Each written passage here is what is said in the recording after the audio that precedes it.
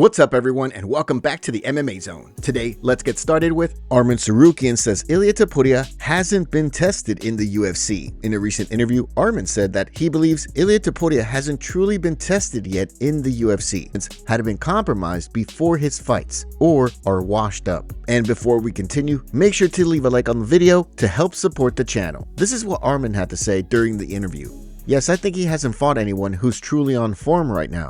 He needs to fight someone like me or Islam, someone who can wrestle, who's active at their peak. He fought Volkanovski, who had already been knocked out, been through so much. Holloway, he's basically just fighting for the money. I think if he gets past me and Islam, then he'll truly be one of the best fighters of all time. Do you agree with Arman's comments, or do you think he's just trying to get the fight with Ilia Topuria? Let us know in the comments below. UFC updates. Ahead of this weekend's fight card between Gabriel Bonfim and Randy Brown, let's take a look at some UFC fight updates. Let's kick it off with Giga Chikadze revealing his next UFC fight during an interview on Fight Hop Podcast. He revealed that he'll be fighting Kevin Vallejos on the UFC Vegas card on December 13th. Giga Chikadze is currently 0-2 in his last two bouts, whereas Vallejos is 2-0 in the UFC. Next, let's move on to Kayla Harrison hinting at a fight with Amanda Nunes before the UFC White House event. During an episode of Death Row MMA with Jorge Masvidal, Harrison mentioned that the fight with Nunes can happen sooner rather than later, so that she can recover for the White House event. She even mentioned Ronda Rousey as a possible fight. I can't say that. It's not booked yet. It's not booked yet? It's not. I mean, it's... You can tell nobody. You can tell me I'm not going to tell nobody. It's a fight that we all want to see happen, and it's going to happen sooner rather than later. Sooner rather than later. Mm-hmm. Is it around a very patriotic celebration? Before that, my perfect world, I fight soon. And then I fight again at the White House. Okay. Yeah. But for sure, I'm going to be on the White House card. I'm the only American champion. No, for sure, I'm not done. I'm gonna whoop her real quick, and then I mean, in my perfect world, it is your world. In my perfect world, like either Valentina beats Whaley, and then we do like a. Think Valentino come up with 35? I mean, I hope so. Why not? Or everybody been talking about how Ronda's coming back, so that would be great. Just to like. Nah, but I love Ronda. She's been out too long. You can't do it. The Ronda. Or whoever's next in line. Like, I literally don't care. I'll fight anybody. Next, we got Mams Taylor revealing Tony Ferguson's next fight. During an interview with Ariel Helwani, Taylor revealed that Ferguson will fight on Misfits' December 20 card. As of right now, there's no word on his opponent.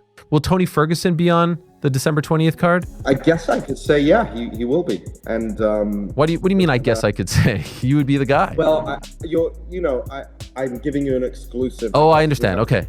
Yeah, we weren't gonna announce that. I'm not gonna announce his opponent, but fair. Tony will be, and we'll be unifying that belt one way or another, and you know, be great to have him back. Honestly, I've gotten to know Tony really well, and again, such a humble, cool guy, and I'm excited that he's fighting. Moving on, we have Waldo Cortes-Acosta sharing an update on social media. For those of you who don't know, Waldo was poked in the eye during an exchange with Ante Delia. After the eye poke, Waldo decided to continue and then knocked out Delia moments later. Now, Waldo is sharing an update to his eye, sharing a video of him at the doctor's office like Tom Aspinall. Then, he went on an interview and showed the current condition of the eye.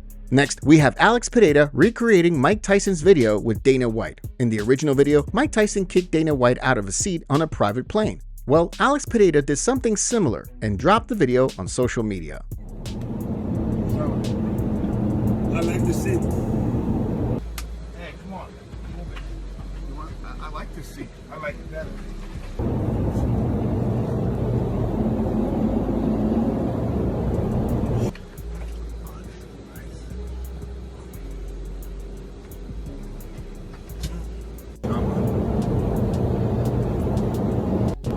Lastly, we got a clip of Islam Makhachev going fishing in between training sessions and posted a video on social media.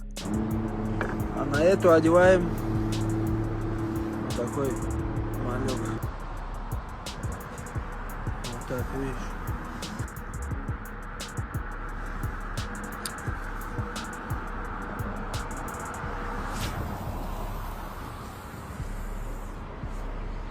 Почти под мост закинул.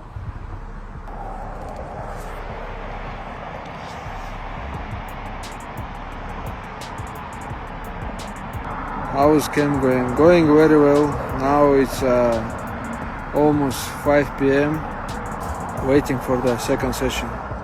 Sean O'Malley praises Umar Nurmagomedov following UFC win. After Umar Nurmagomedov's tough win at UFC 321 against Mario Bautista, he's been getting a lot of praise for his performance. Well, it looks like Sean O'Malley is also adding himself to that list. During a recent podcast, O'Malley praised Umar, calling him a very skilled striker and grappler with an amazing team around him. O'Malley even went as far as to call Umar one of the best guys in the division.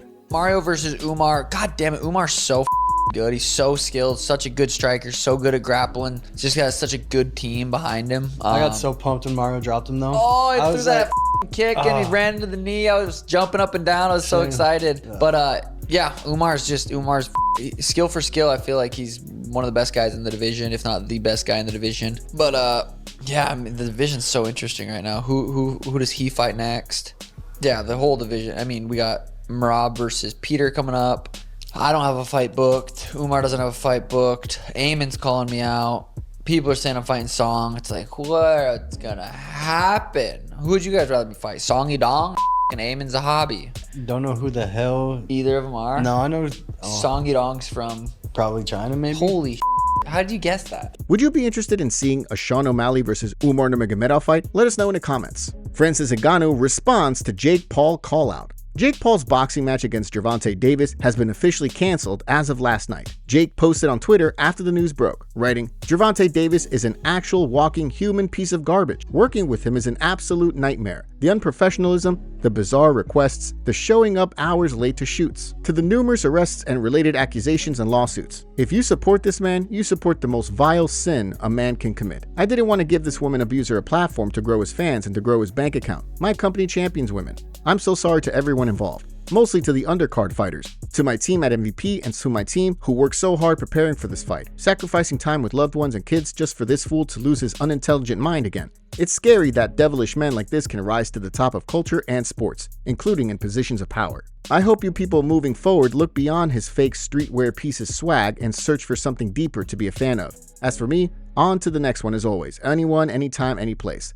When it was speculated that the fight was going to be canceled after Gervonta's allegations, Jake Paul called out both Nate Diaz and Francis Ngannou to be his replacement. Now, Francis has responded and called it disrespectful to go from Gervonta to him, considering the height and weight difference. Here's what Francis had to say. How can they go from like Gervonta Davis to Francis Ngannou? Come on, like the weight difference and everything, it makes no sense. It makes no sense.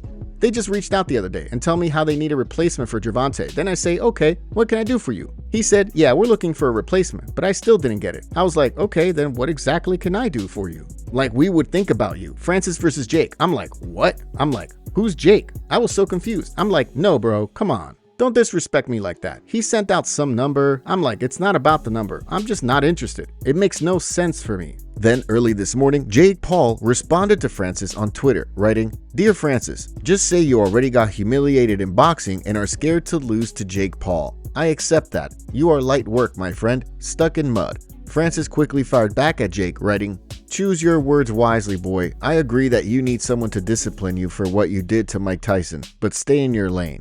Do you think that Jake is serious about calling out Francis? Or do you think that he's just trying to create headlines before the official opponent is announced? Former UFC fighter Junior Dos Santos called out Jake on Twitter in a video, saying that at the start of his boxing career, Jake was fighting people he knew he could beat. But now, he's fought real competition, so nobody can say he isn't a real fighter. And Junior wants his shot to be the replacement for Tank. He thinks that it's completely possible for this fight to happen. Look guys, I'm here to share something with you guys, something very important actually, something that I never thought would be possible before, but now somehow I do.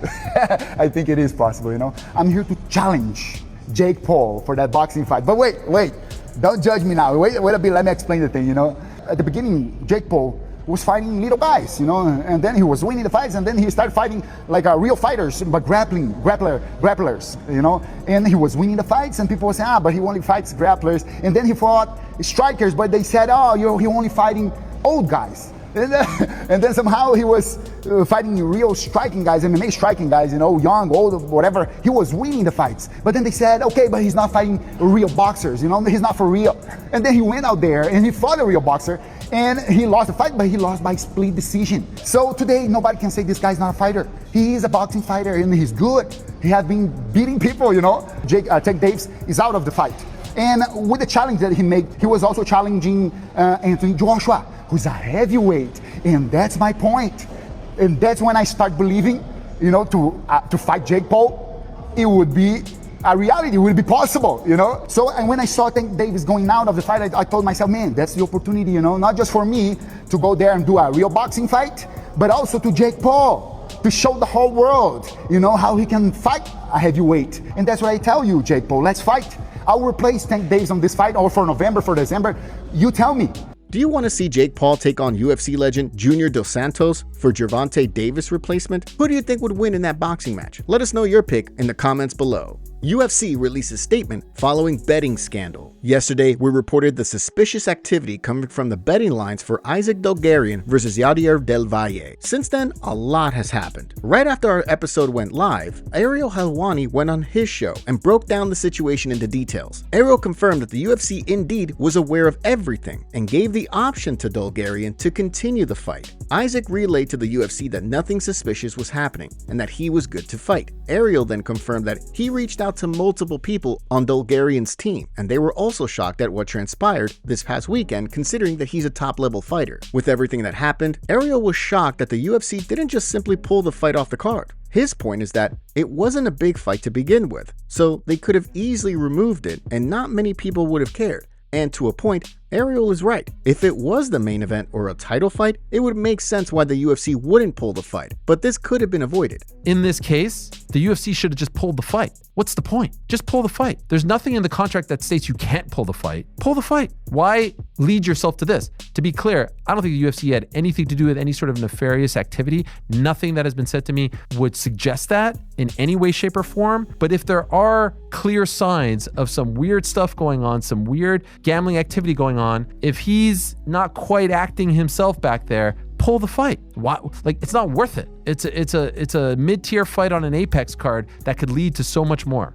Then, late afternoon, the UFC officially made a statement regarding the situation. According to Aaron Bronstetter, the UFC had the following statement. Like many professional sports organizations, UFC works with an independent betting integrity service to monitor wagering activity on our events. Our betting integrity partner, IC360, monitors wagering on every UFC event and is conducting a thorough review of the facts surrounding the Dulgarian versus Del Valle bout on Saturday, November 1st. We take these allegations very seriously, and along with the health and safety of our fighters, nothing is more important than the integrity of our sport. And as everything was happening yesterday, we got some crazy news. Let's move on to multiple UFC fighters reveal payouts for throwing fights. During Ariel Helwani's show, he claims that he knew of multiple fighters who have been offered payouts for fights, and he talked about how this is becoming a serious issue for the UFC. This is what he said on his show. This is not an isolated incident. And what I mean by that is I have talked to multiple people who have either experienced or know of others who experienced situations where they have been approached about their willingness to do something like this. So I have been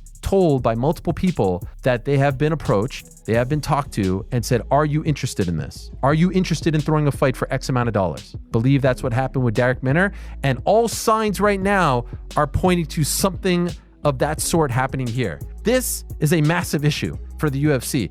And when you consider, now I haven't been told this part that I'm about to say, but when you consider the questionable refereeing as of late, you can't help, I said this last week, you can't help but let your mind go there as well, because there's no other possible explanation for some of the wacky stuff that we have seen as of late. And it's very easy to do. It's extremely easy to do. We've seen it. We've now seen it in broad daylight multiple times. After the clips made the rounds on social media, UFC veteran Vince Morales went on Twitter and revealed that he was offered $70,000 for a payout back in a now deleted tweet. He wrote, "All this throwing the fight stuff is crazy. I've been approached about doing it and it's not something I could live with, even though I ended up losing the damn fight anyways." Someone then asked Vince how much he was offered, and he replied, "Pennies considering how big of a deal it is, $70K.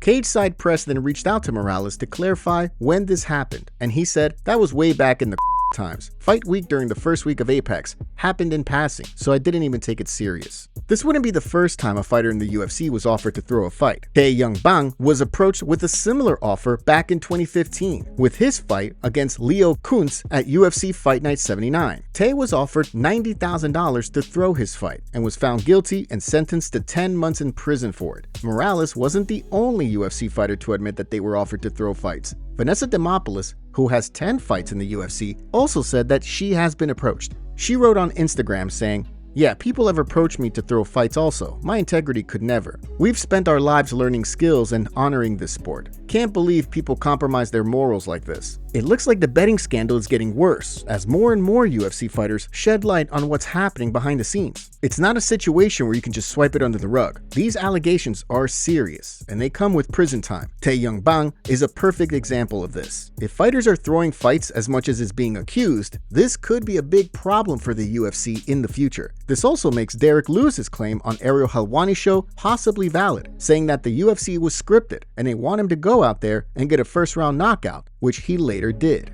It's the scripted. It's part of the script. What do you mean the script? What are you talking about? Yeah, you know, the whole UFC is scripted. What does that mean? What are you talking? It's part of the plan. You know, so in July 12th, you know, they want me to win first round knockout. So that's what's gonna happen. Part of the script. Yeah, it's part of the script. So whoever want to make that bet, go ahead and make that bet. While fans thought he was joking when he said that it's all scripted, with all the betting scandals coming to light, it makes us wonder if he was subtly telling the truth.